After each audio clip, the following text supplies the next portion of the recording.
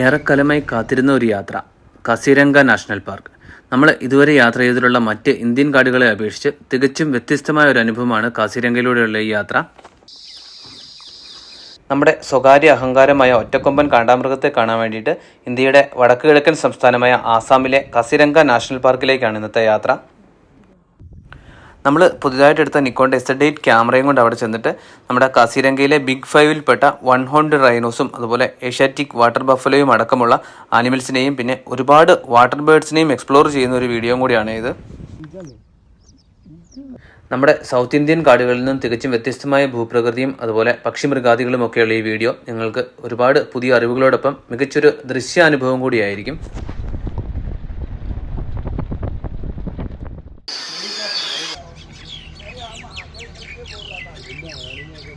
കസിരംഗ national പാർക്കിലെ നമ്മുടെ ആദ്യത്തെ സഫാരി തുടങ്ങാൻ പോവാണ്. അപ്പോൾ രാവിലെ സൂര്യൻ ഉദിച്ചൊക്കെ കഴിഞ്ഞു. പക്ഷേ ഇവിടെ എലിഫൻറ്റ് സഫാരിക്ക് പോയ ആനകൾ വരാൻ വേണ്ടിയിട്ട് വെയിറ്റ് ചെയ്യാണ് നമ്മൾ. ആനകൾ മുഴുവൻ ഇങ്ങോട്ടേക്ക് ക്രോസ് ചെയ്ത ശേഷം മാത്രമേ നമുക്ക് കയറാൻ പറ്റുള്ളൂ. കാരണം വളരെ ചെറിയൊരു വഴിയാണ്. അപ്പോൾ ഈ വഴിയിലൂടെ ആനകൾക്കും വണ്ടികൾക്കും കൂടെ ഒരുമിച്ച് പോകാൻ പറ്റത്തില്ലാത്തതുകൊണ്ടാണ് കേട്ടോ. നമ്മൾ പാർക്കിലോട്ട് കയറിയപ്പോൾ തന്നെ കാത്തിരുന്ന സൈറ്റിങ്സ് ഇന്ത്യൻ റൈനോസറസ് എന്നറിയപ്പെടുന്ന സാക്ഷാൽ കാണ്ടാമൃഗം, ഒറ്റക്കൊമ്പൻ കാണ്ടാമൃഗം എന്നാണ് കേട്ടോ ഇന്ത്യൻ റൈനോസറസിനെ അറിയപ്പെടുന്നത്. കാരണം ഇതിന് ഒരൊറ്റ കൊമ്പേ ഉള്ളൂ. നമ്മൾ മസായ്മാരിൽ കണ്ടതുപോലെ 2 കൊമ്പുള്ള കാണ്ടാമൃഗം അല്ല ഇവിടെയുള്ളത് കേട്ടോ. ഈ റൈനോസ് പൊതുവെ ഭയങ്കര അഗ്രസീവായിട്ടുള്ള ഒരു ആനിമലാണ് കേട്ടോ. ആദ്യം കണ്ടപ്പോൾ ഇവന്മാർ തമ്മിൽ മുട്ടം വഴക്കാണെന്നാണ് വിചാരിച്ചത്. പക്ഷേ പിന്നീട് മനസ്സിലായി അത്ര സീരിയസ് പ്രശ്നമൊന്നും അല്ലാന്ന്. ഏതായാലും ഗോൾഡൻ ലൈറ്റിൽ നമുക്ക് 2 റൈനോസിനെ കിട്ടിയേ. കസിരംഗയിൽ ഒരുപാട് ബേർഡ്സും ഉണ്ട് കേട്ടോ. പ്രത്യേകിച്ച് വാട്ടർ ബേർഡ്സ് ഒത്തിരി ഉള്ള സ്ഥലമാണിത്. ഇതുണ്ടല്ലേ, ഇതൊരു തരത്തിൽപ്പെട്ട വാത്തയാണ്, ഗൂസ്. അപ്പം ബാർ ഹെഡഡ് ഗൂസ് എന്നാണ് ഇതിനെ പറയുന്നത്. അതല്ലെങ്കിൽ കുരുത്തലയൻ വാത്ത എന്ന് മലയാളത്തിൽ പറയും കേട്ടോ. ഇത് ഒരുപാട് ഉയരത്തിൽ പറക്കുന്ന ഒരു മൈഗ്രേറ്ററി ബേർഡാണ്. ഈ റൈനോസ് പൊതുവെ ഒരു സോളിറ്ററി ആനിമലാണ്, അതായത് ഒറ്റയ്ക്ക് ജീവിക്കുന്ന മൃഗമാണ് ഈ കാണ്ടാമൃഗം. പക്ഷേ ബ്രീഡിങ്ങിൻ്റെ സമയത്തും അതുപോലെ കുട്ടികളൊക്കെ ഉള്ള സമയത്തും ഇതിനെ ഒന്നിൽ കൂടുതൽ എണ്ണത്തിനെ നമുക്ക് ഒരുമിച്ച് കാണാൻ പറ്റും. നമ്മുടെ ഏതായാലും ഫസ്റ്റ് സൈറ്റിംഗ് തന്നെ 2 കാണ്ടാമൃഗങ്ങളെ ആയിരുന്നേ. ഗ്രേറ്റ് ഇന്ത്യൻ റൈനോസ് അല്ലെങ്കിൽ 1 ഹോൺഡ് റൈനോസ് എന്നറിയപ്പെടുന്ന ഈ ഒറ്റക്കൊമ്പൻ കാണ്ടാമൃഗം കസിരംഗയിൽ മാത്രമല്ല കേട്ടോ ഉള്ളത്. അസാമിൻ്റെ പല ഭാഗത്തും അതുപോലെ തന്നെ നേപ്പാളിലും ഒക്കെ ഇതുണ്ട്. എങ്കിൽ പോലും കസിരംഗയിലാണ് ഇത് ഏറ്റവും കൂടുതലുള്ളത്. വേൾഡിൽ മൊത്തം 3500-ൽ പരം എണ്ണം മാത്രമേ ഇതുള്ളൂ എങ്കിൽ അതിൻ്റെ 3-ൽ 2 ഭാഗവും ഉള്ളത് നമ്മുടെ കസിരംഗ നാഷണൽ പാർക്കിലാണ് കേട്ടോ. അതാണ് കസിരംഗയുടെ ഒരു ഇമ്പോർട്ടൻസും.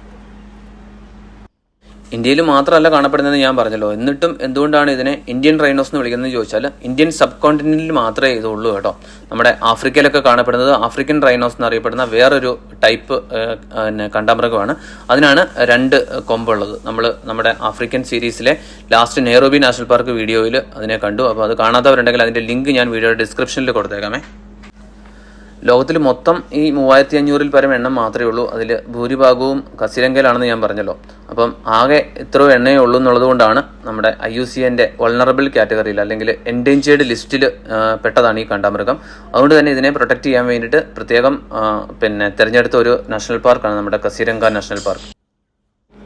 നമ്മൾ കാണ്ടാമൃഗത്തെ കണ്ടുകൊണ്ടിരിക്കുന്നതിനിടയ്ക്ക് ഫ്രണ്ടിൽ റോഡിലോട്ട് നോക്കിയപ്പോൾ അവിടെ ഒരു സാധനം, നമ്മൾ ആസാമിൽ തപ്പി വന്നതിൽ 2ാമൻ ദ വൈൽഡ് വാട്ടർ ബഫലോ എന്നറിയപ്പെടുന്ന കാട്ടുപോത്ത്. അപ്പോൾ നമ്മുടെ കോളിൻ്റെ ഭാഷയിൽ പറഞ്ഞാൽ യഥാർത്ഥ കാട്ടുപോത്ത്. ഇതിനെ ഏഷ്യൻ ബഫലോ അല്ലെങ്കിൽ ഏഷ്യാറ്റിക് വാട്ടർ ബഫലോ എന്നൊക്കെ അറിയപ്പെടുന്നുണ്ട്. എന്തുകൊണ്ടാണ് ഇതിനെ വാട്ടർ ബഫലോ എന്ന് പറയുന്നത് ചോദിച്ചു കഴിഞ്ഞാൽ ഇത് നിൽക്കുന്ന ചുറ്റുപാട് കണ്ടാൽ അറിയാം. ചതുപ്പ് പ്രദേശങ്ങൾ അല്ലെങ്കിൽ ഇതുപോലെ വയൽ പ്രദേശങ്ങളിൽ, വെള്ളം നിറഞ്ഞു കിടക്കുന്ന വയൽ പ്രദേശങ്ങളിലാണ് ഇതിനെ കൂടുതലായിട്ടും കാണുന്നത് കേട്ടോ. ഏതായാലും നമ്മുടെ കാട്ടുപോത്ത് നല്ല ദൂരത്തിലായിരുന്നു, റോഡ് ക്രോസ് ചെയ്ത് അങ്ങ് പോയി. നമുക്ക് അടുത്ത് പിന്നെ കാണിച്ചു തരാവേ. ഇത് നോക്കി, നമ്മുടെ വൈറ്റ് ത്രോട്ടഡ് കിങ് ഫിഷർ എന്നറിയപ്പെടുന്ന മീൻകൊത്തിച്ചാത്തൻ അടുത്ത് കാണുമ്പോൾ എന്നാ രസമെന്ന് നോക്കി.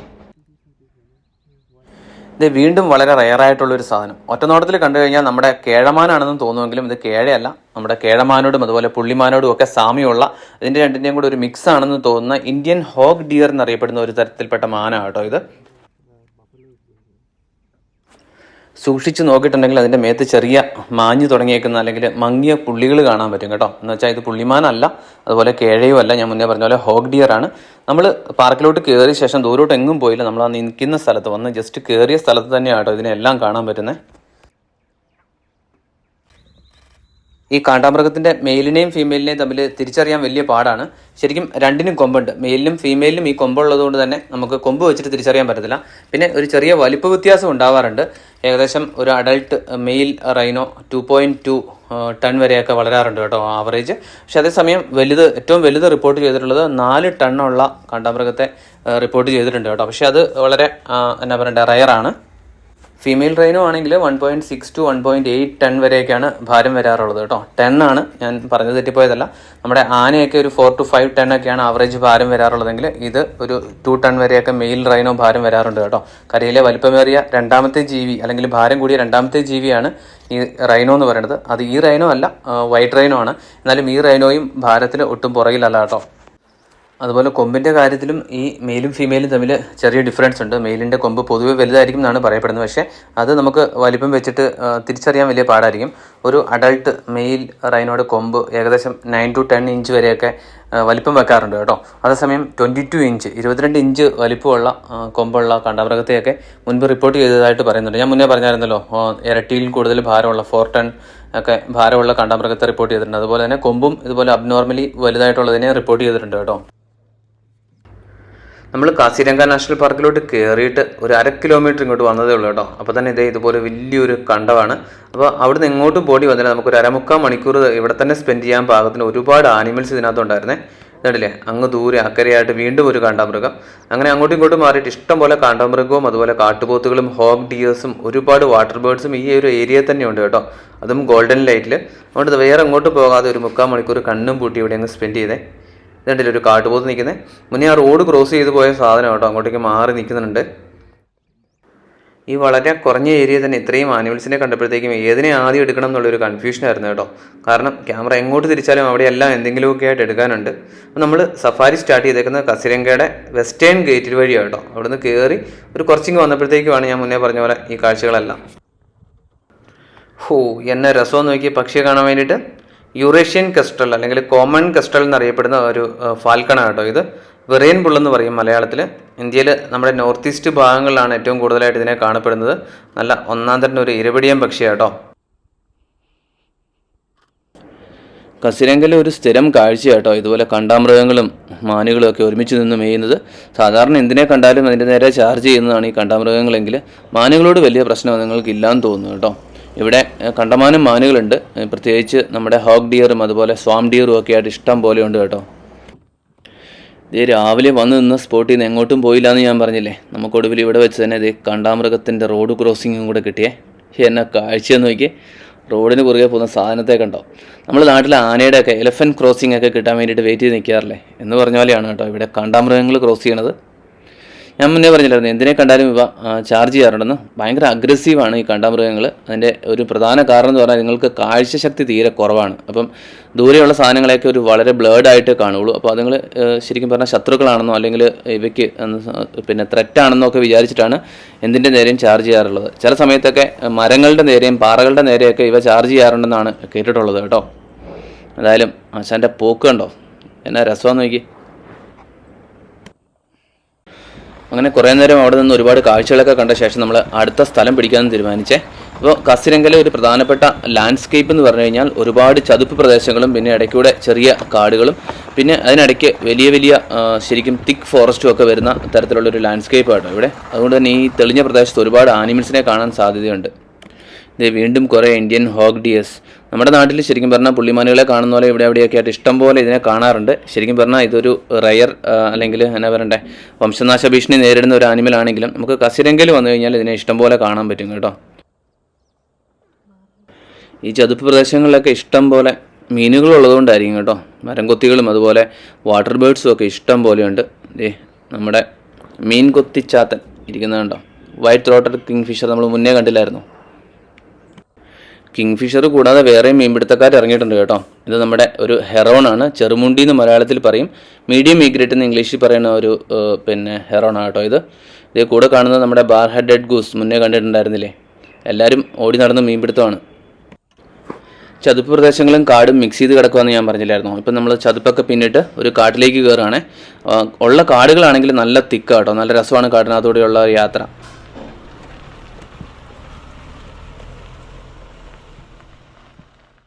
നോക്കി ഇതിൽ തപ്പിപ്പെറുക്കി നടക്കുന്ന ആളെ കണ്ടോ? ഒരു സുന്ദരൻ കാട്ടുകോഴിയെ.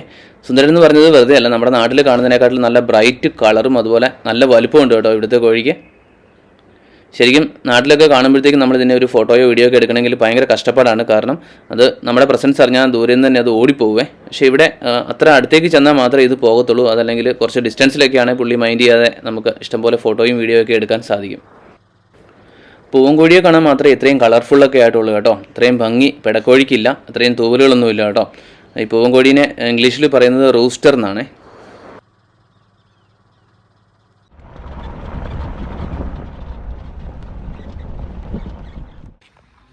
നമ്മൾ സഫാരിയുടെ ഒരു ആദ്യത്തെ സെഷൻ കഴിഞ്ഞപ്പോഴത്തേക്കും ഇതേ കാട് നടുക്ക് ഒരു ചെറിയ സ്ഥലത്ത് കൊണ്ടുപോയിട്ട് നിർത്തി തരും കേട്ടോ. ഇവിടെ ടോയ്ലറ്റും കാര്യങ്ങളൊക്കെ ഉണ്ട്. നമുക്ക് ടോയ്ലറ്റൊക്കെ പോകണമെങ്കിൽ ഇവിടെ സ്ഥലമുണ്ട്. ഇവിടെ കയറിയിട്ട് ഇനി മുന്നോട്ട് പോയി കഴിഞ്ഞാൽ ടോയ്ലറ്റ് കിട്ടത്തില്ലെന്നാണ് പറഞ്ഞത്. അതുകൊണ്ട് ഇങ്ങനെയുള്ളൊരു സ്ഥലത്ത് വരുമ്പോഴത്തേക്കും ടോയ്ലറ്റ് പോകണം. കാട്ടുപോത്തിൻ്റെ തലയോട്ടി വെച്ചേക്കുന്നുണ്ടോ മരത്തെ ചാരിയിട്ട്. എവിടെ ക്യാമറ തിരിച്ചാലും എന്തെങ്കിലുമൊക്കെ എടുക്കാനുണ്ടാവുമേ. അതുകൊണ്ട് എല്ലാവരും 4 പാടും ക്യാമറയും പിടിച്ച് തിരിച്ച് വെച്ചുകൊണ്ടിരിക്കുന്നുണ്ടോ.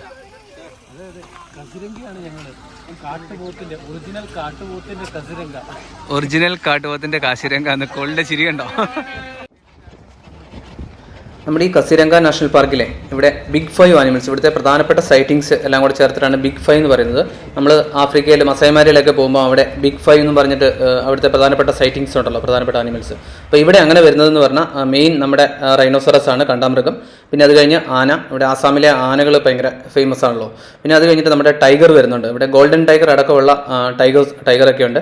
അപ്പം അതാണ് അടുത്ത സൈറ്റിംഗ്. പിന്നെ അതുപോലെ നമ്മുടെ വാട്ടർ ബഫല്ലോ, അതായത് കാട്ടുപോത്ത്, പിന്നെ ബാരസിംഗ എന്ന് പറയുന്ന നമ്മുടെ സ്വാം ഡിയർ, ഇതൊക്കെയാണ് കേട്ടോ ഇവിടുത്തെ പ്രധാനപ്പെട്ട സൈറ്റിങ്സ്. അപ്പോൾ അതിനെയാണ് ബിഗ് 5 എന്ന് പറയുന്നത്. ഇത് കൂടാതെ ഒരുപാട് സൈറ്റിങ്സ് അല്ലെങ്കിൽ ഒരുപാട് ആനിമൽസ് ഇവിടെ വേറെ ഉണ്ട്. പക്ഷേ ഇതാണ് പ്രധാനപ്പെട്ടവ നമുക്ക്. അപ്പോൾ ഈ ഒരു ട്രിപ്പിൽ ഇതിനെല്ലാം തന്നെ കിട്ടിയിട്ടുണ്ട്. ഗോൾഡൻ ടൈഗർ അല്ല കേട്ടോ, നോർമൽ ടൈഗറിനെയാണ് നമുക്ക് കിട്ടിയേക്കുന്നത്. അപ്പം ബാക്കി എല്ലാ ബിഗ് 5-ൽ എല്ലാത്തിനെയും നമുക്ക് ഈ ഒരു ട്രിപ്പിൽ കിട്ടിയിട്ടുണ്ട്. കസിരംഗ നാഷണൽ പാർക്ക് കാണ്ടാമൃഗങ്ങളെ സംരക്ഷിക്കാൻ വേണ്ടിയിട്ട് പ്രത്യേകമായിട്ട് പിന്നെ മാറ്റിവെച്ചേക്കുന്ന ഒരു നാഷണൽ പാർക്കാണെങ്കിലും അതൊരു ടൈഗർ റിസർവും കൂടിയാണ് കേട്ടോ. ഇവിടെ വർദ്ധിച്ചു വരുന്ന ടൈഗേഴ്സിൻ്റെ പോപ്പുലേഷൻ കണക്കുകളിൽ എടുത്തിട്ട് ഇതിനെ ഒരു ടൈഗർ റിസർവ് ആയിട്ടും കൂടെ പ്രഖ്യാപിച്ചിട്ടുണ്ട്. അപ്പോൾ ഇതെങ്ങനെ ഒരു എന്നാ പറയണ്ടേ റിസർവ് അല്ലെങ്കിൽ ഒരു പ്രൊട്ടക്റ്റഡ് ഏരിയ ആയിട്ട് പ്രഖ്യാപിച്ചതെന്ന് ചോദിച്ചാൽ അതിൻ്റെ ഹിസ്റ്ററി ഭയങ്കര രസകരമാണ് കേട്ടോ.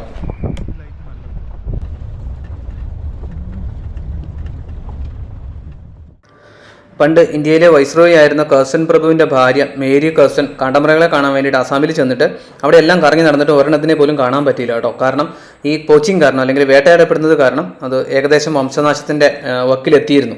അവർക്ക് കാണാൻ പറ്റാതിരുന്നതുകൊണ്ടാണ് ആ സമയത്താണ് അവരിത് തിരിച്ചറിഞ്ഞതിനെ സംരക്ഷിക്കേണ്ട ആവശ്യകതയും ഇത് നാശത്തിൻ്റെ വക്കിലാണെന്നുള്ളതൊക്കെ. അപ്പോൾ അവർ ഭർത്താവിനോട് റെക്കമെൻഡ് ചെയ്തു ഇതിനെ പ്രൊട്ടക്റ്റ് ചെയ്യാൻ വേണ്ടിയിട്ടുള്ള നടപടികൾ എടുക്കാൻ വേണ്ടിയിട്ട്. അങ്ങനെ അതിൻ്റെ ഭാഗമായിട്ടാണ് ഇതൊരു പ്രൊട്ടക്റ്റഡ് ഏരിയ ആയിട്ട് പ്രഖ്യാപിച്ചതും അന്നേരം മുതലാണ് ഈ കൺസർവേഷൻ ആക്ടിവിറ്റീസ് തുടങ്ങിയതും. പിന്നീടാണ് ഇത് പിന്നെ എന്നാ പറയണ്ടേ ഒരു പ്രത്യേക പദവിയൊക്കെ നൽകി ഇങ്ങനെയൊരു പ്രൊട്ടക്റ്റഡ് ഏരിയ ആയിട്ട് പ്രഖ്യാപിച്ചത്. അപ്പം പിന്നീട് ഒരു 1985 ആയപ്പോഴത്തേക്കും യുനെസ്കോയുടെ വേൾഡ് ഹെറിറ്റേജ് സെൻറ്റർ എന്നുള്ളൊരു പദവിയും കൂടെ ഇതിന് ലഭിച്ചിട്ടുണ്ട്. ഇതുണ്ടോ കുറേ കാട്ടുപോത്തുകൾ വെള്ളത്തിൻ്റെ സൈഡിൽ കിടക്കുന്നത്. മിക്കപ്പോഴും ഇതുപോലെ വെള്ളത്തിൻ്റെ സൈഡിലും വെള്ളത്തിലും ഒക്കെ ആയിട്ടാണ് ഇതിനെ കാണപ്പെടുന്നത്. അതുകൊണ്ട് തന്നെയാണ് വാട്ടർ ബഫല്ലോ എന്ന് വിളിക്കുന്നത്. നമ്മൾ മുന്നേ പറഞ്ഞ ബിഗ് 5 കൂടാതെ നമ്മുടെ നാട്ടിൽ കാണപ്പെടുന്ന ഒട്ടുമിക്ക ആനിമൽസിനെയും ഇവിടെയും കാണാൻ പറ്റും കേട്ടോ. ഇത് കണ്ടില്ലേ കാട്ടുപന്നി, ഇനി അതുപോലെ സ്ലോത്ത് ബിയർ, ലെപ്പേഡ്, അങ്ങനെയുള്ള ഒരുവിധപ്പെട്ട ആനിമൽസ് ഒക്കെ ഇവിടെ ഉണ്ട് കേട്ടോ. പിന്നെ ഇവിടുത്തെ വേറൊരു പ്രധാനപ്പെട്ട സൈറ്റിങ്സ് ആണ് നമ്മുടെ പൈത്തൺ, പെരുമ്പാമ്പ് ഇവിടെ ഉണ്ട്, ഒത്തിരി ഉണ്ട് കേട്ടോ. മിക്കവാറും വാട്ടർ ലോക്ഡ് ഏരിയാസ് കൂടുതലുള്ളതുകൊണ്ടായിരിക്കും പെരുമ്പാമ്പിനെയൊക്കെ ഇവിടെ സാധാരണയായിട്ട് കാണപ്പെടാറുണ്ട്. പിന്നെ ഇതും ഇവിടുത്തെ മറ്റൊരു പ്രധാനപ്പെട്ട കാഴ്ചയാട്ടോ. ഒരുപാട് വാട്ടർ ബേഡ്സ്, നമ്മൾ മുന്നേ പറഞ്ഞില്ലായിരുന്നോ ബാർ ഹെഡഡ് ഗൂസ്, അതിൻ്റെ ഒരു കൂട്ടം കണ്ടില്ലേ പറന്നു പോകുന്നത്. ഇത് മാത്രമല്ല ഇതുപോലത്തെ ഒത്തിരി വാട്ടർ ബേഡ്സ് ഇതിലെ പറന്ന് നടക്കുന്നതും വെള്ളത്തിലിറങ്ങുന്നതൊക്കെ നമുക്ക് കാണാൻ പറ്റുമേ. കാട്ടുപോത്തുകളൊക്കെ നിൽക്കുന്നതിൻ്റെ ബാക്ക്ഗ്രൗണ്ടിൽ കൂടെ മെല്ലെ വെള്ളത്തിലോട്ട് പറന്ന് ലാൻഡ് ചെയ്യുന്ന കാഴ്ച കണ്ടോ. എന്നെ ഭംഗിയാണെന്നറിയോ ഇതിനെ നേരിട്ട് കാണാൻ വേണ്ടിയിട്ട്. ഇവിടെ ഒരുപാട് വാട്ടർ ബോഡീസ് ഉണ്ട് കേട്ടോ. ഒത്തിരി ലേക്കുകളും ചെറിയ ചതുപ്പുകളും അതുപോലെ ചെറിയ ചാലുകളും പോരാ തന്നെ വലിയ നദികളും ഒക്കെ ഉണ്ട് കേട്ടോ. നമ്മുടെ ബ്രഹ്മപുത്ര നദിയൊക്കെ ഈ ഒരു പാർക്കിൻ്റെ അകത്തൂടെയൊക്കെയാണ് ഒഴുകുന്നത്. അപ്പം അങ്ങനെ ഒരുപാട്, അതുകൂടാതെ വേറെയും 3-4 നദികൾ ഈ പാർക്കിനകത്തൂടെ അല്ലെങ്കിൽ പാർക്കിന് ചുറ്റടത്തൂടെ കടന്നു പോകുന്നുണ്ട്. അപ്പം അതുകൊണ്ട് തന്നെ ഒരുപാട് വാട്ടർ ലോക്ഡ് ഏരിയാസ് ഇതിനകത്തുണ്ട്. പ്രത്യേകിച്ച് മഴക്കാലത്തൊക്കെ ഇത് ഭയങ്കരമായിട്ട് ഫ്ലഡഡ് ആവുന്ന ഒരു പാർക്കും കൂടിയാണ് കേട്ടോ. അപ്പം ചെറിയ ഹൈറ്റുള്ള സ്ഥലങ്ങൾ, ഇടയ്ക്ക് ചെറിയ തുരുത്തുകൾ പോലെ ദ്വീപുകൾ പോലെയൊക്കെ ഇവിടെയുണ്ട്. കുറേ കൃത്രിമമായിട്ട് ഉണ്ടാക്കി ഇട്ടിട്ടുമുണ്ട് ആനിമൽസിനൊക്കെ കയറി നിൽക്കാൻ വേണ്ടിയിട്ട്. ഇതുണ്ടോ, ഞാൻ പറഞ്ഞില്ലേ ഇതുപോലത്തെ ഒരു ചെറിയ ലേക്കിൽ കൂടെ കാട്ടുപോത്ത് നടന്ന് നീങ്ങുന്നുണ്ടോ വെള്ളത്തിനകത്തൂടെ. ഓക്കെ, എന്നാ വലുപ്പമാണ്. ഗ്രേറ്റർ അഡ്ജറ്റൻ്റ് എന്നറിയപ്പെടുന്ന കൊറ്റി വർഗ്ഗത്തിൽപ്പെട്ട, മലയാളത്തിൽ വയൽ നായക്കൻ എന്നറിയപ്പെടുന്ന ഒരു പക്ഷിയാണ്. ഇവിടെ കാണുന്ന ഒട്ടുമിക്ക മരത്തിലും ഇതിൻ്റെ ഒരു കൂടുണ്ടാവും, മരത്തിൻ്റെ മേളിലൊക്കെ ഇതുണ്ടാവുകയെ. നമ്മുടെ നാട്ടിലും കാണപ്പെടുന്ന ഒരു പക്ഷി തന്നെയാണ്.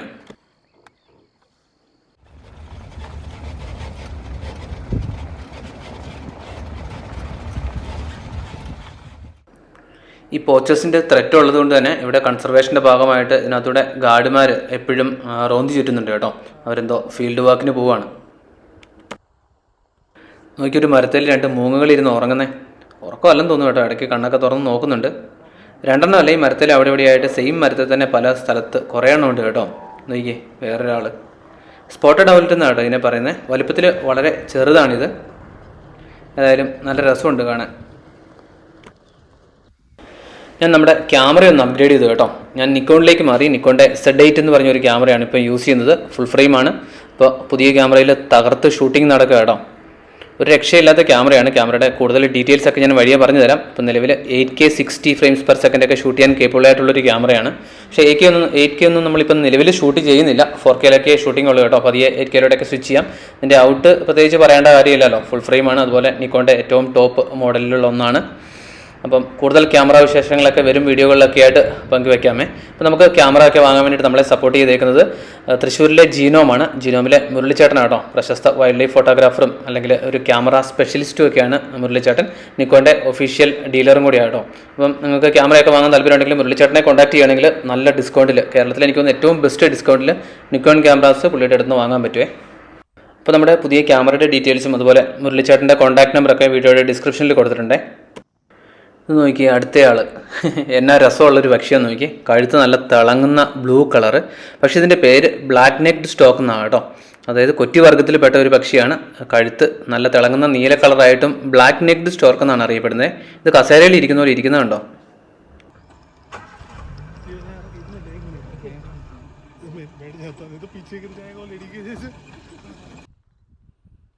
നോക്കിയൊരു കാണ്ടാമൃഗത്തിൻ്റെ കുട്ടി അവിടെ കിടന്ന് കുത്തി മറിയാ കേട്ടോ ആശാൻ. നല്ല രസമില്ല ഇതിനെ കാണാൻ വേണ്ടിയിട്ട്. ശരിക്കും നമ്മൾ ആനകളുടെയൊക്കെ ആനക്കുട്ടീനെയൊക്കെ നോക്കിയിരിക്കുകയാണെങ്കിൽ, കുസൃതിയൊക്കെ ആണെങ്കിൽ ഭയങ്കര രസമല്ലേ എന്ന് പറഞ്ഞ പോലെ ഇവൻ നല്ല ഒരു കുസൃതി കുടിക്കാൻ തോന്നുന്നു കേട്ടോ. നോക്കി കാണിക്കുന്ന പരിപാടികൾ. ഏതായാലും ആനക്കുട്ടികളെ നോക്കിയിരിക്കുന്നതിനെക്കാട്ടിലും രസമാണ് കേട്ടോ ഈ കാണ്ടാമൃഗത്തിൻ്റെ കുഞ്ഞിനെ ഇങ്ങനെ നോക്കിയിരിക്കാൻ വേണ്ടിയിട്ട്. ഏതായാലും ഒന്ന് അടങ്ങിയും തോന്നുന്നു ആശാനെ, കളിച്ചും മടുത്തിട്ടായിരിക്കും.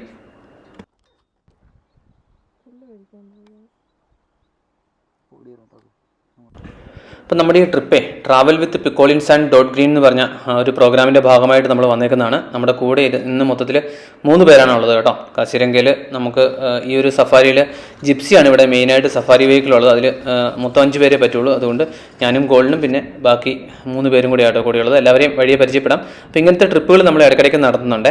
മാസത്തിൽ ഒരു ട്രിപ്പ് എന്നുള്ള നിലയ്ക്കുണ്ട്. ഇപ്പം എന്നെയോ അല്ലെങ്കിൽ കോളിനെയോ കോൺടാക്ട് ചെയ്യുവാണെങ്കിൽ നമ്മുടെ വരും മാസങ്ങളിലെ ട്രിപ്പുകളുടെ ഡീറ്റെയിൽസ് ഒക്കെ അറിയാം. നിങ്ങൾക്കും ജോയിൻ ചെയ്യാൻ പറ്റും കേട്ടോ. ഇങ്ങനെ ദൂരം ട്രിപ്പുകൾ മാത്രമല്ല, കേരളത്തിലും ഇന്ത്യയിലും അകത്തും പുറത്തും ഒക്കെ ആയിട്ട് ഒരുപാട് ട്രിപ്പുകൾ നമ്മൾ നടത്തുന്നുണ്ട്, ചെറുതും വലുതുമായിട്ട്. ഏതിലെങ്കിലുമൊക്കെ ജോയിൻ ചെയ്യാൻ താല്പര്യമുള്ളവർക്ക് ഞങ്ങളെ കോൺടാക്ട് ചെയ്യാമേ. നോക്കിയാൽ നിങ്ങളെ കണ്ടുകൊണ്ടിരിക്കാൻ വേണ്ടി എന്നാ രസമാണ്. 2 ഒരുമിച്ച് നിന്ന് പുല്ല് മേയുന്നുണ്ടോ. കാണ്ടാമൃഗങ്ങൾ നമ്മുടെ ആനകളെ പോലെ തന്നെ വലിയ ജീവിയാണെങ്കിലും വെജിറ്റേറിയൻസാണ് കേട്ടോ. കൂടുതലായിട്ടും പുല്ല് തന്നെയാണ് കഴിക്കുന്നത്. ഈ വെള്ളക്കെട്ടിനോട് ചേർന്നുള്ള ഭാഗങ്ങളിലും കൂടെയൊക്കെയാണ് മിക്കവാറും കാണാൻ പറ്റുന്നത്. അതുകൊണ്ട് തന്നെ കാണ്ടാമൃഗങ്ങളെ കാണാൻ വേണ്ടിയിട്ട് ഇവിടുത്തെ ഏറ്റവും ബെസ്റ്റ് സോൺ എന്ന് പറയുന്നത് നമ്മളിപ്പോൾ ഈ സഫാരി എടുത്തേക്കുന്ന വെസ്റ്റേൺ സോണാണ് കേട്ടോ. ബഗോരി സോൺ എന്നാണ് ഇതിൻ്റെ പേര്. ഇവിടെ സഫാരി മെയിനായിട്ട് ഒരു 4 സോണുകളിൽ സഫാരി ഉണ്ട്. അതിൽ ഏറ്റവും പ്രധാനപ്പെട്ട സോൺ ഈ വെസ്റ്റേൺ ബഗോരി സോണും അതുപോലെ കൊഹറ എന്നറിയപ്പെടുന്ന സെൻട്രൽ സോണുമാണ് കേട്ടോ. അപ്പോൾ നമ്മുടെ നെക്സ്റ്റ് സഫാരി അല്ലെങ്കിൽ പാർട്ട് 2 വീഡിയോ ഈ സെൻട്രൽ സോണിൽ നിന്നാണ് കേട്ടോ.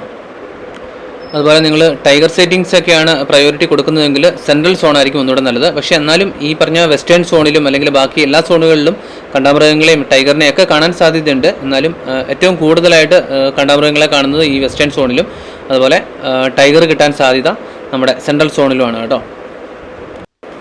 ഈ ഒരു ഫ്രെയിമിനകത്തോട്ട് നോക്കി എന്തുമാത്രം ആനിമൽസാണ്. നമ്മുടെ കാട്ടുപോത്തുകളും അതുപോലെ റൈനോയും മാനുകളും അതുപോലെ ഒരുപാട് വാട്ടർ ബേർഡ്സും ഒക്കെ ഒറ്റ ഫ്രെയിമിലെ. ഇതാണ് ഈ ഒരു സോണിൻ്റെ പ്രത്യേകത കേട്ടോ. നമ്മൾ വന്ന് കയറിയപ്പോൾ തന്നെ കണ്ടില്ലായിരുന്നു.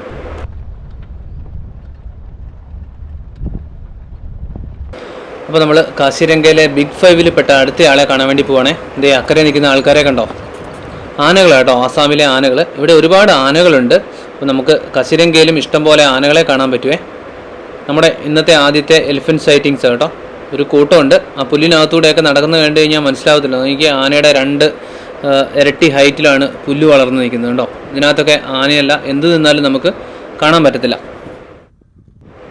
ആനക്കൂട്ടത്തെ കണ്ടിരിക്കാൻ ഭയങ്കര രസമാണ്. ഞാൻ മുന്നേ റൈനോസിനെ കാണുന്ന കാര്യം പറഞ്ഞില്ലേ, എന്ന് പറഞ്ഞ പോലെ നമുക്ക് ആനകളെ എത്ര കണ്ടാലും മതി വരത്തില്ല കേട്ടോ. പ്രത്യേകിച്ച് കാട്ടാനക്കൂട്ടം ഇതുപോലെ ഇറങ്ങി നിന്ന് വെള്ളം കുടിക്കുന്നത് കാണാൻ വേണ്ടി എന്നാ രസമാണെന്നറിയോ. നമ്മളിവിടെ ഒരുപാട് സമയം ചിലവഴിച്ചു ഈ ഒരു കാഴ്ചകൾ കണ്ടുകൊണ്ട് നിൽക്കാൻ വേണ്ടിയിട്ട്. എന്നിട്ടില്ല, അതിൻ്റെ പുറകിലൊരു കുട്ടിയാനയും കൂടി ഉണ്ട് കേട്ടോ. ഒരു കൂട്ടമാണ്, വേറെ കുറേയാണോ ആ പുല്ലിനകത്തുകൂടി ഉണ്ട് കേട്ടോ പുറകിലൊക്കെ ആയിട്ട്. ഇവിടുത്തെ ആനകൾ ശരിക്കും നമ്മുടെ ആനകളെ വെച്ച് നോക്കുമ്പോഴത്തേക്കും ഭയങ്കര ശാന്ത സ്വഭാവക്കാരാണെന്ന് തോന്നുന്നു കേട്ടോ. അതായത് അഗ്രഷൻ്റെ കാര്യത്തിൽ നമ്മുടെ ആനകളാണെന്ന് തോന്നുന്നു ഒന്നുകൂടെ മുന്നിൽ. എന്തൊക്കെയായാലും നമ്മുടെ ഇവിടുത്തെ പോലെ തന്നെ മാൻ ആനിമൽ കോൺഫ്ലിക്റ്റ് ഇവിടെയുണ്ട്. ഇവിടുത്തെ കൃഷി സ്ഥലങ്ങളിലേക്ക് ആനകൾ ഇറങ്ങാറുണ്ട് കേട്ടോ. നമ്മളിവിടെ ആനകളെ കണ്ടുകൊണ്ട് നിൽക്കുമ്പോഴത്തേക്കും അങ്ങ് ദൂരെ അങ്ങേ കരയിൽ ഒരു ചെറിയ അനക്കം കണ്ടിട്ട് സൂം ചെയ്ത് നോക്കിയതാണ് കേട്ടോ. നോക്കി, നീർനായകൾ, ഓട്ടോസ് എന്നറിയപ്പെടുന്ന നീർനായകളാണ് കേട്ടോ. ഇങ്ങനെ കൂട്ടമായിട്ട് വെള്ളത്തിന് സൈഡിൽ കൂടെ എന്തോ തിന്നു പെറുക്കി നടക്കുകയാണ്. മിക്കവാറും വെള്ളത്തിൽ ഇറങ്ങി മീനെ പിടിക്കുകയും അതുപോലെ തവളകൾ, അങ്ങനെ ജലത്തിൽ ജീവിക്കുന്ന കുറേ ജീവികളെയൊക്കെയാണ് ഇത് ഭക്ഷിക്കുന്നത്. ഇത് ശരിക്കും പറഞ്ഞാൽ കാർണിവോറസ് ആണ്. ഇതുപോലത്തെ ജലജീവികളെ ഭക്ഷിച്ച് കഴിയുന്ന സാധനമാണ് കേട്ടോ ഈ നീർനായ. നമ്മളേതായാലും ആനകളെയും നീർനായകളെയൊക്കെ അവിടെ വിട്ടേച്ചിട്ട് ഒരു റൗണ്ട് കറങ്ങി വരാമെന്ന് വിചാരിച്ച് പോവുകയാണേ. നമുക്ക് ഒത്തിരി നേരം നമ്മൾ ആനകളെ കണ്ട് ചിലവഴിച്ചു. ഇനി ഒരു റൗണ്ട് അടിച്ചിട്ട് തിരിച്ചു വരാമേ. ഇതേ പോകുന്ന വഴിയിൽ വീണ്ടും ബ്ലാക്ക് നെക്ഡ് സ്റ്റോക്ക് ലൈറ്റ് അടിച്ച് തിളങ്ങുന്നുണ്ടോ. പക്ഷേ ഇതിൻ്റെ കഴുത്ത് ശ്രദ്ധിച്ചോ, മുന്നേ കണ്ടതിൻ്റെ കരിനീല കളർ കഴുത്തും തലയൊക്കെ ആയിരുന്നെങ്കിൽ ഇതിൻ്റെ കഴുത്ത് മുഴുവൻ കറുത്ത കളർ തന്നെയാണ് കേട്ടോ. അപ്പം ഇപ്പോഴാണ് മനസ്സിലായത് ഇതിനെ ബ്ലാക്ക് നെക്ഡ് സ്റ്റോക്ക് എന്ന് വിളിക്കുന്നത് എന്തുകൊണ്ടാണ്. ഇത് വീണ്ടും റൊഡീഷ്യൽ ഡക്ക്. എന്തുകൊണ്ടാണ് ഇതിനെ അങ്ങനെ വിളിക്കുന്നതെന്നുള്ളത് ഇതിൻ്റെ കളറിൽ നിന്ന് വളരെ വ്യക്തമാകട്ടോ. തങ്കത്താറാവ്, തനി തങ്കമല്ലേ ലൈറ്റ് അടിക്കുമ്പോഴത്തേക്കും. പ്രത്യേകിച്ച് ഗോൾഡൻ ലൈറ്റിൽ അത് നിന്ന് തിളങ്ങുന്നുണ്ടോ. നമ്മൾ മുന്നേ ആനകളെ കണ്ട സ്ഥലത്തു നിന്ന് ഒരു റൗണ്ട് അതിലേക്ക് പോയി ഒന്ന് കറങ്ങി തിരിച്ച് മുന്നേ ആനകളെ കണ്ട സ്ഥലത്തോട്ട് എത്തിയപ്പോഴത്തേക്കും മറ്റേ ആനകളൊക്കെ കയറിപ്പോയി കേട്ടോ. പക്ഷേ ഇപ്പം വേറെ 2 ആനകൾ ഇറങ്ങിയിട്ടുണ്ടേ. ഞാൻ പറഞ്ഞില്ലായിരുന്നു ആ കൂട്ടത്തിൽ വേറെ ഉണ്ടായിരുന്നു.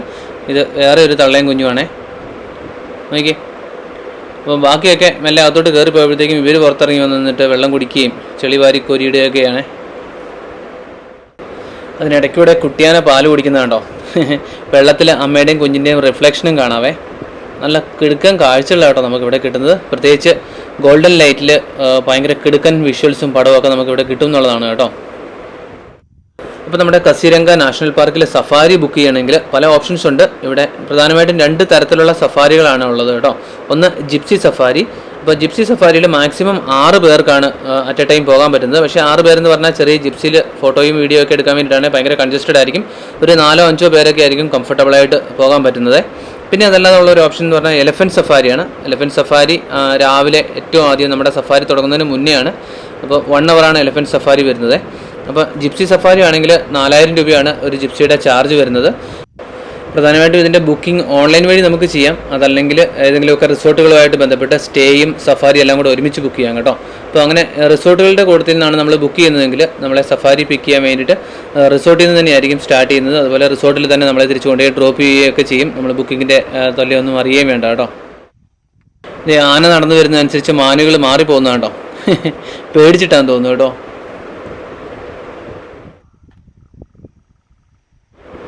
കുറച്ച് ദൂരെയാണെങ്കിലും ഇപ്പുറത്തെ കരയിൽ നമ്മുടെ പ്രസൻസ് കണ്ടിട്ടാന്ന് തോന്നുന്നു. കുറച്ച് നേരം നിന്ന് ശ്രദ്ധിച്ചിട്ട് മെല്ലെ പോകുന്നുണ്ടോ. കുട്ടി കൂടി ഉള്ളതുകൊണ്ടാണ് കേട്ടോ ഈ ഒരു എക്സ്ട്രാ കരുതൽ ആനയ്ക്ക് ഉണ്ടോ. അതിൻ്റെ കുട്ടീനെ അപ്പുറത്തെ സൈഡിൽ മറിച്ചേക്കുവാണേ. ആ പുല്ലിൻ്റെ ഹൈറ്റാണ് എന്നെ അത്ഭുതപ്പെടുന്നത് കേട്ടോ. ആനയുടെയും എത്രയോ മുകളിലാന്ന് നോക്കിയാൽ പുല്ലിൻ്റെ ഹൈറ്റ്. അതുപോലത്തെ പുല്ലിൻ്റെ സൈഡിൽ കൂടെയൊക്കെ നമ്മൾ സെൻട്രൽ സോണിൽ സഫാരി ചെയ്യുമ്പോൾ പോകുന്നുണ്ടേ.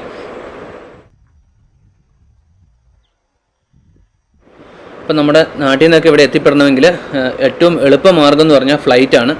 കൊച്ചിയിൽ നിന്നൊക്കെ കാശിരംഗയ്ക്ക്, അല്ലെങ്കിൽ കാശിരംഗയ്ക്ക് നേരിട്ട് ഫ്ലൈറ്റ് ഇല്ല കേട്ടോ. നമുക്ക് ഗുവാഹത്തിയിൽ ഇറങ്ങണം. ഗുവാഹത്തിയിൽ നിന്ന് ഒരു 4.5 മണിക്കൂറോളം ഡ്രൈവ് ഉണ്ട് കാശിരംഗ നാഷണൽ പാർക്കിലേക്ക്. അപ്പോൾ നമുക്ക് പല ഓപ്ഷൻസ് ഉണ്ട്. ഒന്നുകിൽ അവിടുന്ന് ബസ്സിനോ അല്ലെങ്കിൽ ഏതെങ്കിലും പബ്ലിക് ട്രാൻസ്പോർട്ടേഷൻ ഉപയോഗിച്ച് നമുക്ക് ഇവിടെ എത്താം. അതല്ലെങ്കിൽ ഏറ്റവും എളുപ്പമായിട്ടുള്ളൊരു മാർഗ്ഗം എന്ന് പറഞ്ഞു കഴിഞ്ഞാൽ കാറ് റെൻറ്റിനെടുക്കുക എന്നുള്ളതാണ് കേട്ടോ. അപ്പോൾ ഈ ഗുവാഹത്തിയിലൊക്കെ ഇഷ്ടം പോലെ റെൻ്റ് കാർ കിട്ടും. നമുക്ക് നേരത്തെ മുൻകൂട്ടി ബുക്ക് ചെയ്ത് വെക്കാൻ പറ്റും. എയർപോർട്ടിൽ അവർ കൊണ്ടുവന്ന് തരും. ഒരു പിക്കപ്പ് ആൻഡ് ഡ്രോപ്പ് ചാർജ് എയർപോർട്ടിൽ നിന്ന് വന്ന് എടുക്കാനും അതുപോലെ നമുക്ക് കൊണ്ടുതരാനും ഒരു ചാർജ് പ്രത്യേകം കൊടുത്തു കഴിഞ്ഞാൽ നമുക്ക് ചെല്ലുമ്പോഴത്തേക്കും എയർപോർട്ടിൽ വണ്ടി റെഡി ആയിരിക്കും. നേരത്തെ മുൻകൂട്ടി ബുക്ക് ചെയ്തിരുന്നാൽ മതി. അതുപോലെ കൊച്ചി ടു ഗുവാഹത്തി ഫ്ലൈറ്റൊക്കെ ആണെങ്കിൽ ഒരു 15 to 20K റേഞ്ചിൽ up and down flight ticket കിട്ടും മുൻകൂട്ടി ബുക്ക് ചെയ്തിരുന്നാൽ. പിന്നെ ഇവിടെ എടുത്തു പറയേണ്ട വേറൊരു കാര്യം ഇവിടുത്തെ ക്യാമറ ചാർജസ് ആണ് കേട്ടോ. അങ്ങനെ നമ്മുടെ സൗത്ത് ഇന്ത്യൻ കാടുകളിൽ പ്രത്യേകിച്ച് കർണാടക ഫോറസ്റ്റിലെ പോലെ കൊല്ലുന്ന ചാർജൊന്നും ഇവർ ഈടാക്കുന്നില്ല. SLR അല്ലെങ്കിൽ മിറർലെസ് ക്യാമറകളൊക്കെ ആണെങ്കിൽ 100 രൂപ മാത്രമാണ് ഇവിടെ ക്യാമറ ചാർജ് വരുന്നത് കേട്ടോ. ലെൻസിനനുസരിച്ച് അങ്ങനെ കൂടുതലൊന്നും അടയ്ക്കേണ്ട. ഏത് ലെൻസാണെങ്കിലും ആ ക്യാമറയ്ക്ക് 100 രൂപ മാത്രം അടച്ചാൽ മതി. അതേസമയം പ്രത്യേകം ശ്രദ്ധിക്കേണ്ട ഒരു കാര്യം, വീഡിയോ ക്യാമറയാണെങ്കിൽ ഈവൻ ഗോപ്രോ ആണെങ്കിൽ പോലും 1000 രൂപ ചാർജ് ചെയ്യും പെർ ക്യാമറ. ഇപ്പം ഗോപ്രോ ഒക്കെ എടുത്തുകൊണ്ട് പോകുന്നുണ്ടെങ്കിൽ ശ്രദ്ധിക്കണം. അതേസമയം മൊബൈലിൽ നമുക്ക് ഷൂട്ട് ചെയ്യാം, കുഴപ്പമൊന്നുമില്ല. മൊബൈലിൽ പ്രത്യേകിച്ച് ചാർജൊന്നും കൊടുക്കണ്ട. ഇവിടെ സഫാരി ടൈമിംഗ് ഒക്കെ സീസൺ അനുസരിച്ച് വേരിയിങ് ആണ്. ഇപ്പം ഈ സമയത്തൊരു സഫാരി ഉച്ചയ്ക്ക് 1:30 സ്റ്റാർട്ട് ചെയ്യും കേട്ടോ. കാരണം എന്താ വെച്ചിട്ടുണ്ടെങ്കിൽ 4:45 ആകുമ്പോഴത്തേക്കും സൺസെറ്റ് ആവും, കംപ്ലീറ്റ് ഇരുട്ടാവും കേട്ടോ. 5 മണി ആകുമ്പോഴത്തേക്കും ഒരു ശകലം പോലും വെട്ടമില്ലാത്ത രീതിയിൽ ഫുൾ ഇരുട്ടാവും. അതൊരു സർപ്രൈസിങ് കാര്യമായിരുന്നു കേട്ടോ. നമ്മുടെ നാട്ടിൽ തന്നെ 5 മണിക്ക് അല്ലെങ്കിൽ 4:45 ഇരുട്ടാവുന്ന സ്ഥലം ഞാൻ ഒട്ടും പ്രതീക്ഷിച്ചില്ല. അതുകൊണ്ട് തന്നെ സഫാരിയുടെ ടൈമിങ്ങിൽ പ്രത്യേകം ശ്രദ്ധിക്കുക. ഉച്ച കഴിഞ്ഞത്തെ സഫാരി 1:30 സ്റ്റാർട്ട് ചെയ്യും, പ്രത്യേകിച്ച് ഈ ജനുവരി മാസങ്ങളിലൊക്കെ. അതുപോലെ രാവിലത്തെ സഫാരി സ്റ്റാർട്ട് ചെയ്യുന്നത് 7:30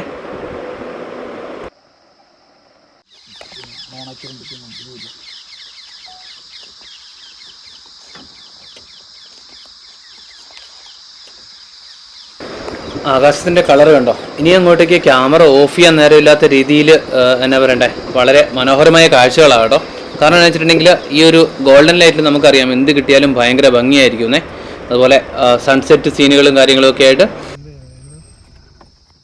ഇതുണ്ട്. നമ്മുടെ കാണ്ടാമൃഗത്തിൻ്റെ മുമ്പിലും പുറകിലുമായിട്ട് കോട്ടും പാവാടയും ഇട്ടേക്കുന്ന പോലെ മുൻകാലുകളുടെ മുകൾ ഭാഗത്തും അതുപോലെ പിൻകാലുകളുടെ മുകൾ ഭാഗത്തുമായിട്ട് ഒരു തൊലിയും കൊണ്ടുള്ള ആവരണം കണ്ടോ. ശരിക്കും ഒരു എക്സ്ട്രാ ഫിറ്റിംഗ് പോലെയുണ്ടല്ലോ, ഒരു ഡ്രസ്സ് ഇട്ടേക്കുന്നത് പോലെ. ഇതാണ് നമ്മുടെ കാണ്ടാമൃഗങ്ങളെയും അതുപോലെ ആഫ്രിക്കൻ റൈനോസിനെയും തമ്മിൽ തിരിച്ചറിയുന്നതിനുള്ള ഏറ്റവും പ്രധാനപ്പെട്ട ഒരു രണ്ടാമത്തെ കാര്യം. ആദ്യത്തേത് ഇതിൻ്റെ കൊമ്പ് തന്നെയാണ് കേട്ടോ. നമ്മൾ പറഞ്ഞല്ലോ നമ്മുടേത് സിംഗിൾ ഹോൺഡ് റൈനോസ് ആണ്. ആഫ്രിക്കയിലൊക്കെ കാണുന്നത് ഡ്യുവൽ അല്ലെങ്കിൽ 2 ഹോൺഡ് റൈനോസ് ആണ് കേട്ടോ. നമുക്ക് 2 കൊമ്പുണ്ട്, നമ്മളുടെ ഇതിന് 1 ഉള്ളൂ. പിന്നെ ഈ പറഞ്ഞ പോലെ ഈ തൊലിയുടെ ഈ ആവരണമാണ് വേറൊരു വ്യത്യാസം കേട്ടോ. അപ്പോൾ ഈ കൊമ്പിൻ്റെ കാര്യം പറഞ്ഞപ്പോഴാണ് ഓർത്തത്. ശരിക്കും പറഞ്ഞാൽ ഈ കൊമ്പിൻ്റെ പേരിൽ അല്ലെങ്കിൽ ഈ ഹോണിൻ്റെ പേരിലാണ് ഇതുങ്ങൾ വേട്ടയാടപ്പെടുന്നത്. ഇപ്പം പോച്ചേഴ്സ് മുഴുവൻ ഈ കൊമ്പ് മുറിച്ചെടുക്കാൻ വേണ്ടിയിട്ടാണ് കേട്ടോ ഇതിനെ കൊല്ലുന്നത്. ആഫ്രിക്കൻ റൈനോസ് ആണെങ്കിലും ഇന്ത്യൻ റൈനോസ് ആണെങ്കിലും പോച്ചേഴ്സിൻ്റെ മെയിൻ പരിപാടി കൊമ്പ് മുറിക്കലാണ്. അപ്പം ഈ കൊമ്പിന് ഒരു പ്രത്യേക എന്നാ പറയണ്ടേ ശക്തിയൊക്കെ ഉണ്ടെന്നാണ് ചില അന്ധവിശ്വാസങ്ങൾ. ശരിക്കും പറഞ്ഞാൽ ഇത് നമ്മുടെ നഖത്തിലൊക്കെ അല്ലെങ്കിൽ നഖമൊക്കെ വളരുന്ന ആ ഒരു കെരാറ്റിൻ എന്ന് പറഞ്ഞൊരു സാധനം ഉണ്ടല്ലോ, അതാണ് ഇതിൻ്റെ കൊമ്പിലും ഉള്ളത്. ഇതിന് പ്രത്യേകിച്ച് യാതൊരുവിധ ഔഷധ ഗുണമോ ശക്തിയോ ഒന്നുമില്ല. പക്ഷേ ചൈനയിലും മറ്റുമൊക്കെയുള്ള ചില അന്ധവിശ്വാസങ്ങളുടെ പേരിലാണ് ഇതുങ്ങൾ വേട്ടയാടപ്പെടുന്നതും വെറുതെ ഈ കൊമ്പ് മുറിച്ച് പിന്നെ എന്നാ പറയണ്ടേ അതിന് വേണ്ടിയിട്ട് ഇതിനെ കൊല്ലുന്നതും. അപ്പോൾ കാസിരംഗയിലെ ബിഗ് 5 കടുവ ഒഴികെയുള്ള എല്ലാത്തിനെയും നമ്മൾ ഈ എപ്പിസോഡിൽ കണ്ടു. ഇനി കടുവയെ കാണാൻ വേണ്ടിയിട്ട് നമ്മുടെ അടുത്ത എപ്പിസോഡിലുണ്ട് കേട്ടോ, കടുവ അടക്കമുള്ള എല്ലാ ആനിമൽസും. അപ്പോൾ അതൊക്കെ കാണണമെങ്കിൽ ചാനൽ സബ്സ്ക്രൈബ് ചെയ്യാത്തവരാണെങ്കിൽ ഇപ്പോൾ തന്നെ സബ്സ്ക്രൈബ് ചെയ്ത് വെച്ചേക്കുക. അതുപോലെ ഒരുപാട് സഫാരി വീഡിയോസും അതുപോലെ ഫോറസ്റ്റ് സ്റ്റേ വീഡിയോസും ട്രക്കിംഗ് വീഡിയോസും അങ്ങനെ ഫാമിലി ട്രിപ്പുകളും ഒക്കെ ആയിട്ട് ഒത്തിരി വീഡിയോസ് നമ്മുടെ ചാനലിൽ ഓൾറെഡി കിടപ്പുണ്ട്. ഇനിയും അതുപോലത്തെ തന്നെ വീഡിയോസ് വരുന്നതുമായിരിക്കുമേ.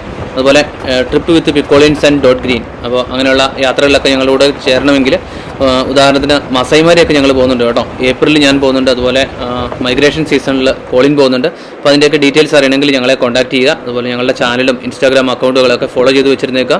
എല്ലാ അപ്ഡേറ്റ്സും ചാനലിലും ഇൻസ്റ്റാഗ്രാമിലും ഒക്കെ ആയിട്ട് പോസ്റ്റ് ചെയ്യുന്നതാണ്. അപ്പോൾ കസിരംഗയുടെ ബുക്കിംഗ് ഡീറ്റെയിൽസും മറ്റുമൊക്കെ നമ്മുടെ വീഡിയോയുടെ ഡിസ്ക്രിപ്ഷനുണ്ട്. അതുപോലെ ക്യാമറയുടെയും നമ്മുടെ മുരളിച്ചേട്ടൻ്റെ കോൺടാക്ട് നമ്പറും ഒക്കെ വീഡിയോയുടെ ഡിസ്ക്രിപ്ഷനിലുണ്ട് കേട്ടോ. അപ്പോൾ നമുക്ക് നെക്സ്റ്റ് എപ്പിസോഡിൽ കാണാം. എല്ലാവർക്കും ബൈ ബൈ.